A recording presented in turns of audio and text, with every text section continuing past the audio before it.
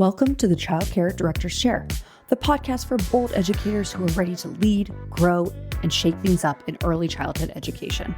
Whether you are a teacher eyeing that lead role, a lead stepping into leadership, or a center owner dreaming big, this is your space to grow with purpose and leave your mark. Hosted by heart-centered leadership coach Erica Sacoccio, each episode brings you real talk, actionable tools, and a contagious laugh or two, all designed to help you step into your next level with confidence. So pour your coffee, pop in those earbuds, and take your seat, because your leadership journey starts right now in the Child Care Director's Chair. Welcome back to the Child Care Director's Chair podcast. If this is your first time tuning in, thank you so much. We're so glad you found us. And today is the second part of a series that we are doing on helping you fill your centers with enrollment. You know, the truth is the best enrollment tool isn't your brochure. It's not your tuition sheet or even your tour route. It's your teachers. In this episode, we're going to talk about how passionate educators close the deal, not by selling, but by connecting. So if you're ready to turn in and walk the walk and do all the things through those wow moments, everyday teaching into trust building gold, then you're in the right place. We are joined today with Kathy Jensen from Jackrabbit Care. Welcome to the show, Kathy. Hi, thank you so much for having me, Erica.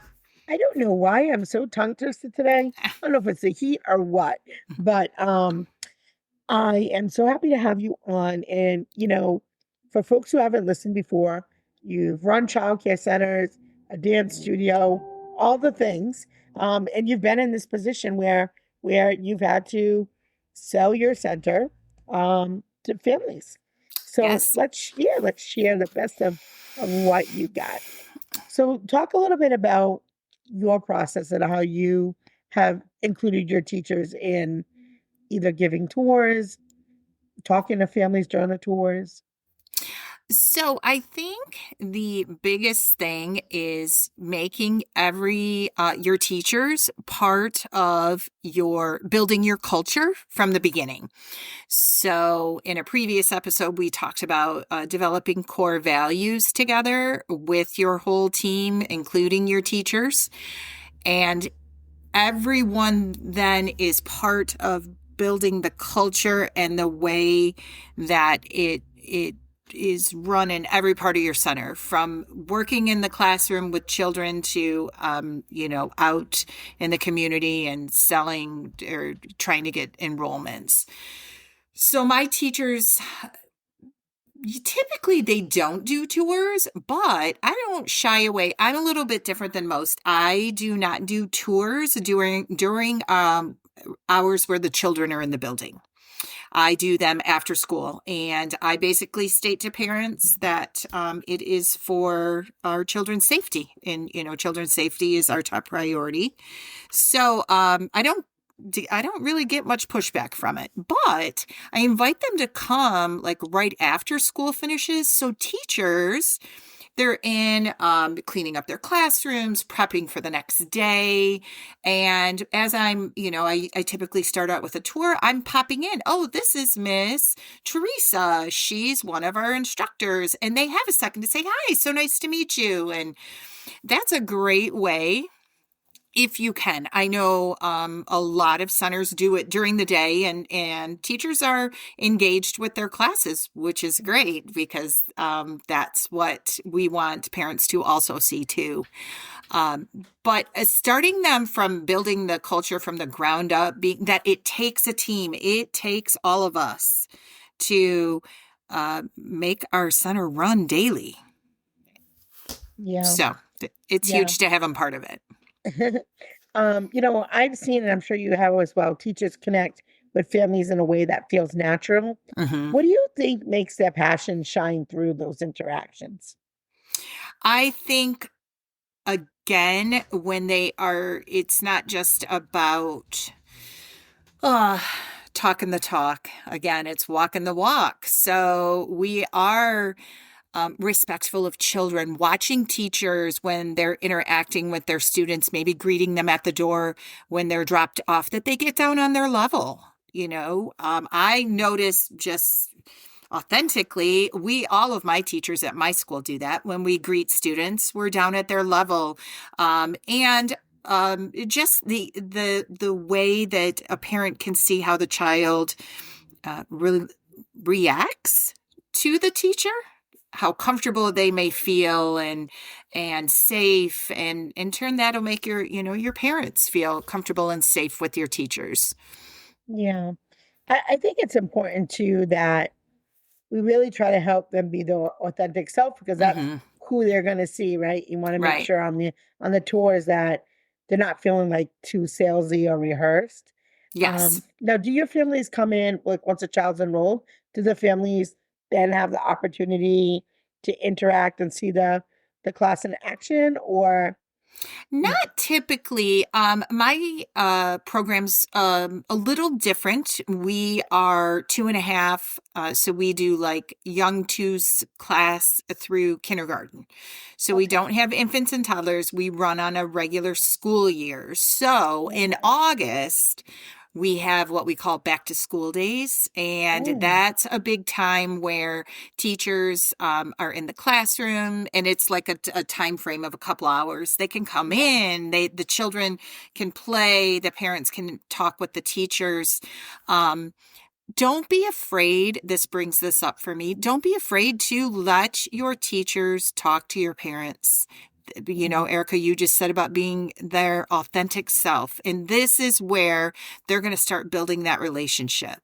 That when I mean, I don't know about you. I'm very involved in my schools, but I will never mhm. forget one time I was in the hallway and they looked at me and they go, "Who are you?" And I was like, "Oh, I'm Miss Kathy."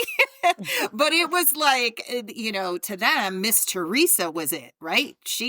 That's their person. And that's the kind of relationship I want my parents to have with their teachers. Yeah. One thing I really love about this podcast is just hearing all the different ways that people run their programs and um, different ways to make it work. So I always think that's the coolest thing. I just Yeah. came from a conference the other day, and I had a owner who said, "I don't let my teachers talk to my parents at all. All communication is done Hmm. through me." And she was very serious about it and said, that way there's not conflicting stories. I know that the information that is given is correct, it is clear, it's professional, it's concise. And it's interesting to me because my staff are so much a part of our program, so much a part of like from the minute a family walks in the door, they're just so much a part of it. So it's just interesting to see how different centers do it. Yeah. Yeah. So and so maybe this particular topic is one that I was so drawn to because my staff have such an integral part of my tour process Hmm. and my helping families get onboarded. But yeah, like you're right. They end up being that's their person. Like the Yes. teacher is that person for the kid and the family. Yes. So, how do we build trust, right, in real time? What are some maybe subtle ways that teachers build trust with families, in the first 5 minutes or so of either drop off, pick up, or, any interaction, phone interaction? I would say, again, how are you interacting with their children? That is, that's going to be the key thing. In my opinion, it is when you're greeting the child. Are you down on their level? If the child's having a hard time, you're not being too overbearing. It's all right, and reassuring the parents this is normal. Hmm. Don't worry about it. Uh, so having the conversation at the same time with the parent, if the child's having a hard time, or just taking a few minutes to be, if it's their first day, I'm so excited. I can't wait Yeah. for Johnny to be a part of my classroom. Uh, uh, we'll be sending updates throughout the day and just reassuring them, and they have to trust you. Yeah. It's about trust. Yeah. So, Kathy, you said something really important there. So, if you're telling a parent that you're going to send them updates throughout the day and then you don't, what happens? Oh, that's not good. What happens, right? Yeah, Right, no, exactly. you've Yeah, broken that trust. You you've told me broken that yeah, trust. yeah. Yeah. I Yeah, I mean, think that that's very important to note because a lot of us do have apps or use some mhm, type of electronic communication. And in my experience, you might have, and this is the worst, you can have a classroom that's really, really great at it, and then the child moves to the next next one, classroom and yes. that teacher isn't as good. Oh man, they feel like, oh, and the teachers could be working at the same level, Right, learning, yes. teaching the same, have the same love and passion. But if you don't communicate well on that app, they look at that as your lack of teaching, right? Yes, And yes. although that's true or not, that is the very real perception. Yeah, I'm going to give you an example. This past year, a lot of us are facing staffing issues across the Hmm. country with teacher shortages. So I was in a classroom. I taught a pre-K class all year, and one of the families was like, "Why am I not getting messages all day long?" And I Hmm. said, "Oh, because." Yeah, I get so wrapped up in what I'm doing, I forget to do it. Well, Miss Teresa always did. You are Hmm. absolutely right. Like, I had to make a Yeah, conscious effort myself. Like, yeah. I have to make sure I'm sharing with them because Hmm. they need to, even though I'm the owner and I developed the program, it Yeah. doesn't matter. It doesn't matter to them. And I think there's a gentle balance. So I want to give the folks listening a couple strategies. One, going back to the tour, I want to say this. I do involve my teachers very much in the tour process. And this is what it looks like. It looks like a handoff. I will say to that family, I'm going to watch the children. This is Miss Susie. Yes. She is going to be your child's teacher. And I give them, 5 or 6 minutes to talk about. I like the teacher to walk them through the room and say, this Hmm. is what we do in these different areas. At the same time, acknowledging that they have children to care for and that again, just like that same thing with the phone, acknowledging that parents and children both are important. I'll step into the role as a teacher. You're going Hmm. to step into the role as the lead of the tour at the moment. Because if they can't communicate with them at pickup or drop off, whatever, they're communicating all day with them through the app. So they Right. have to have that, who's that face behind the gadget, if you will, Yes. Yes. behind the gadget. And the other thing is I found you have to give some grace to your teachers depending on where they are on that learning curve. Some of the older folks, like myself, 55, 10 years ago, we didn't have an app, right? There was a piece of paper. We summarized what your child did for the day, the color of the poop, and how many graham Yeah. crackers they ate, right? Like Yeah.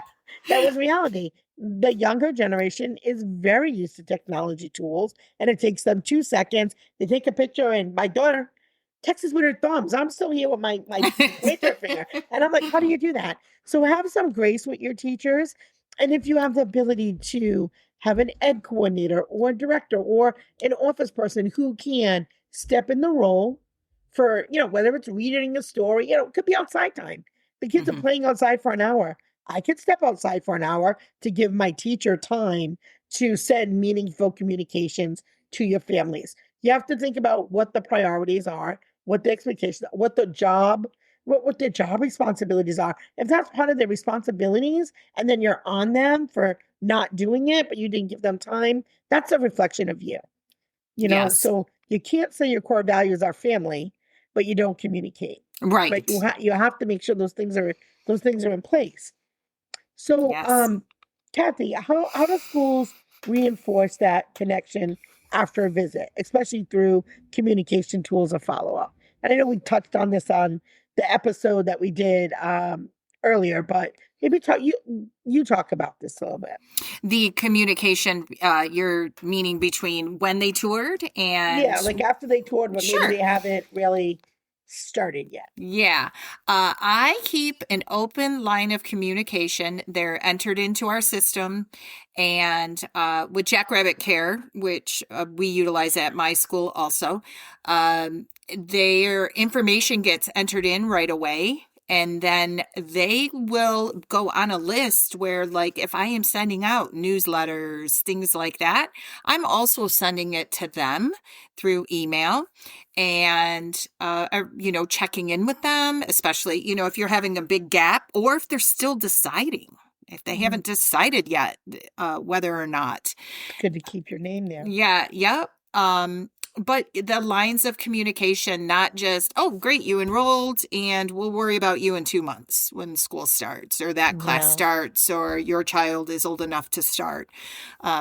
To make them feel comfortable with our admin team, the teacher. They might be, mentioning the teacher in some emails. Oh, we just, did class placement. They're going to be in with Miss Teresa. This is when we're going to have our back to school day where you can come in with your child and explore the classroom more and spend more time with the teacher, things like that. Yeah. Let's see. One of the things I find the communication tools really great for too, because you give them so much information during a tour, they're not going to remember what supplies you want them to bring in. So, Yes. And then the day before they start, a big deal on the app. Can't wait to see you tomorrow. Your cubby, maybe a picture of the cubby, or, a picture of something like the board that you have. Like all those little details make a big difference. If you have a parent that is dropping off an infant, have a pack of tissues with the little bow on it. Because that's hard. It's hard. It's hard. But it's those little things that really do leave those lasting impressions. And that doesn't have to be the director or the owner of the school who hands that mom the little care kit, right? It could be the teacher. And that's a great way to start that relationship. What about testimonial moments? Like, how is there a way through your app that you share testimonials? Are you able to share video? Talk a little bit about that. So Jackrabbit Care, we do have we have 2 apps. We have a staff app and a family app, which is called Circle Time. And the family app is that it not only allows staff or the administration to send messages throughout the day, they can send their daily sheets about, if you're talking about an infant, bottles, feed, what they ate, diaper changes, but also notes about different activities they did throughout the day with pictures and videos. One picture, a picture's worth 1,000 words, right? And it's also a command center for parents where they can find not only activities and messages, but they can check their billing. They can update their details in their account if they need to, add contact information, all of that. So I would say since my school started utilizing the Circle Time app with our families, that has really helped our teacher family relationships, because when the teacher sends because they'll log in as themselves, there's a picture of them too. So it's almost like their picture pops up with a note about their child or a question. And then the parent also feels like, a lot of questions go straight to the teachers now about classroom things. Yeah. And we do tell our teachers, the children in the classroom, they're your top priority, and the activities you're doing. But you find moments you can, quickly, if I know all of my classrooms, we have assistant teachers. We have 2 teachers in every room. So they have a quick moment to respond. And again, you're just every little thing like that, you're building relationships. I can share on a tour, and this is about 7 years ago, and I still remember the family. It was little Anna and Johnny, a little brother and sister. Anna was first before Johnny came. And I remember doing a tour, and there was a brand new center, brand new, beautiful, right around the corner from me that just opened. And she had toured that center and my center. And she had toured both. She didn't make a decision on the spot. She had called me back and she enrolled with me. And she said, Eric, I want you to know why I picked your school. So, because I have to be honest, the other school at first was like, wow, like it was just gorgeous. She said, during the tour, no one acknowledged my child. Aww. She said, I came here, you gave my kid a book, you talked to her, you engaged with her, and that was the thing that helped me make my decision. So, think about that, right? Because I know there are a lot of owners out there right now feeling a little defeated, feeling like I'm competing with free. I'm competing with these huge franchises with billions of marketing dollars. I'm telling you, it can be done. But you got to pay attention to the details. Your teacher's a part of it, you're part of it, but it is those little things like you pointed out, right? It's those little hello, it's those little have a seat. It's all those little things. Here's a tissue. We know that the first day is going to be tough with a little Hershey Kisses. That probably costs you, 44 cents to put together, right? But you can compete, but you got to be competitive. So, you brought up too the book. That is every tour, a child gets a book. Yeah. Parent will get some information, but the children get a book. And then you're just maybe on the inside, you can handwrite it. You can put your a sticker with your logo and your contact on there. And maybe you're not a right fit right now, but maybe in a year you are. Yeah. And they open the book and go, oh, I forgot about these guys. Yeah. And it makes sense too, if you have your system, like you have something like Jackrabbit where you can stay in touch with that family, even if they don't enroll right now. Yeah. Right. Maybe you were the second on their list and they picked someone else. We all know, right? Those who've been around a long time, 30 days, 60 days, 90 days. If they haven't connected with that center in 90 days and really felt like they're a part of that community, it is very easy to have them jump ship. So stay connected with them, whether it's a newsletter or whatever. If they want to unsubscribe, they'll unsubscribe. Make it something worth the value that a parent will want to read. You're going to keep your eyes in front of that parent. So when that other center messes up and they don't have a strong relationship, they're coming to you next. And so you keep your pipeline good, strong, and healthy. Yes. Yeah. So as we wrap it up, Kathy, is there anything I didn't ask you that you'd like to share with the listeners? No, I think we covered a lot with teachers, and I know sometimes as owners, and I'm going to speak for myself, I guess me as an owner, I was afraid, like you had said, that you met someone that did not let their teachers communicate a lot. And because I wanted to keep the message, consistent, but in those personal interactions, those face-to-face, if a parent asks a question of a teacher that they don't know the answer, just say, oh, you know what, why don't you go see Miss Mindy in the office? She will have the right answer for you, or Miss Kathy. But let them interact and speak, and you'll find too it might help take some off your plate. Yes. I think that the great thing is there is a space and a voice for everybody. Do what feels right for you and your families. There is no wrong way. So when you listen to the podcast and you hear, all across, the experts say this and that, you're going to know. Go with your gut, look at your analytics, look at your numbers, and it will help guide you. It's really important to have some type of system in place so you know how many tours are calling, how many are you closing, like all of that you really need to know. And it will help you make informed decisions. I love building leaders. So for me to do that, I have to give them the opportunity to lead. Right. So I want to just say big love to Jackrabbit Care for believing in our mission and for backing up directors like you and like me. So let's do this. If you are looking for help on the back end for your center, check the comments below, the link below, book your demo with Jackrabbit. What do you have to lose? 30 minutes of your time might be the best decision you ever made. So that's it for today. As always, have a great day and thanks for tuning in. Bye. That's a wrap for this episode of the Child Care Director's Chair, where we believe leaders aren't born, they're grown. If something sparked for you today, share it, shout it out, or pass it along to the next bold changemaker in childcare. Don't forget to subscribe, leave a review, and stay connected with Erica Sacosio for more real talk leadership tools and a whole lot of inspiration. Until next time, lead with heart, grow with fire, and always remember, the chair is yours. Now own it.